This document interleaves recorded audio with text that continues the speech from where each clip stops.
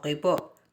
Turo ko naman po sa inyo kung papaano po kayo, makakapag-cash in. Halimbawa, sumahod na po kayo, gusto niyo nang ipadala yung pera niyo sa Pinas, through remittance, paano niyo po siya gagawin? Papaano niyo muna lalamanan yung inyong HandPass application.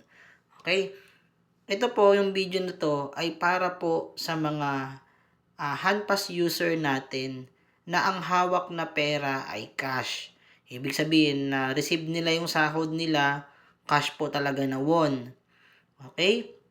Yung iba naman po na ang ginagawa ng iba, mula sa Korean bank nila, wini-withdraw nila yung pera, so nagiging cash yung pera, nagiging cash na won, tapos tsaka nila ika-cash in dun sa HandPass application nila.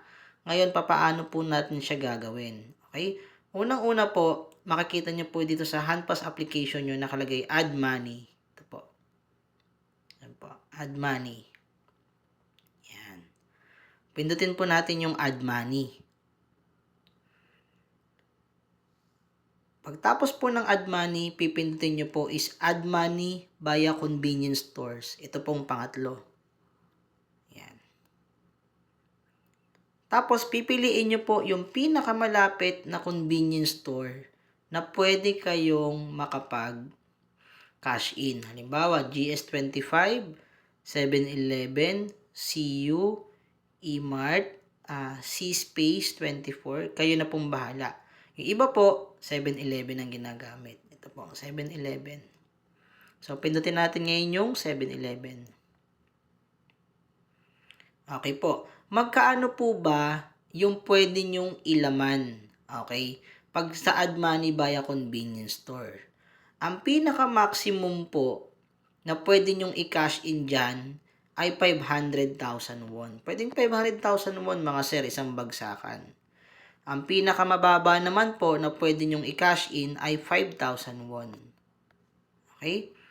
Ngayon po, kapag nag-cash in po kayo, may kaltas po talaga yung mga convenience store natin ng 1,300 won. Mapapansin nyo po, kaya ang papasok na lang daw po sa HandPass account nyo, kung 5,000 won ang ika-cash in nyo, ay 3,700 won. Ito po. Okay. Hindi ka pwedeng tumaas ng 500,000 won, hindi ka rin pwedeng bumaba sa 5,000 won. So, halimbawa po, 5,000 won ang gusto mong ilaman. So, pindutin mo 5,000 won, pindutin mo lang yung next dito sa baba. Tapos, magtatanong po yan ng please enter your PIN number. Yung PIN number na hinihingi po dyan, ayan po yung 6-digit transaction PIN number na minessage po sa inyo. Okay? Meron po ako mga binigay sa inyo na user ID, na password, nandun po yung transaction PIN.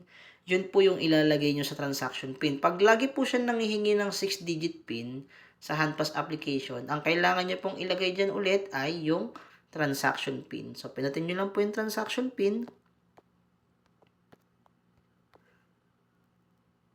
Okay, mag-generate po yan ng barcode. Tapos kung mapapansin nyo, may oras sa baba. Kailangan daw po sa loob ng 5 minutes o 5 minuto, ma-scan daw po ito ng teller ng 7-Eleven. Itong barcode na to mga sir. Pag na-scan po yan, babayaran nyo naman ngayon si cashier ng 7-Eleven o ng convenience store ng 5,000 won din po. Para magkalaman na po yung inyong HandPass application. Okay, pwede nyo na pong ipadala sa Pinas yun. Okay, ngayon po ang question, magkano ba yung maximum na pwede nyong ilaman sa HandPass wallet nyo? Ang pwede nyo pong ilaman dito sa mismong HandPass wallet nyo mga sir. Sa akin po ngayon ay 16,000 won. Ang maximum po na pwede nyong ilaman dyan sa HandPass application nyo dito is 2 million won. Okay? Bri, paano yun? 500,000 won lang yung pwedeng i-cash in sa convenience stores. Kung 2 million won po ang gusto nyong i-cash in, 4 na beses po kayong magka-cash in sa convenience stores ng 500,000 won. Pwede naman po yun, wala naman pong problema. Hindi lang kayo pwedeng tumaas ng 500,000 won sa pagka-cash in, hindi rin po kayo pwedeng bumaba sa 5,000 won kapag nag-cash in po kayo. Okay? Any amount po, wala pong problema. Okay po, salamat po.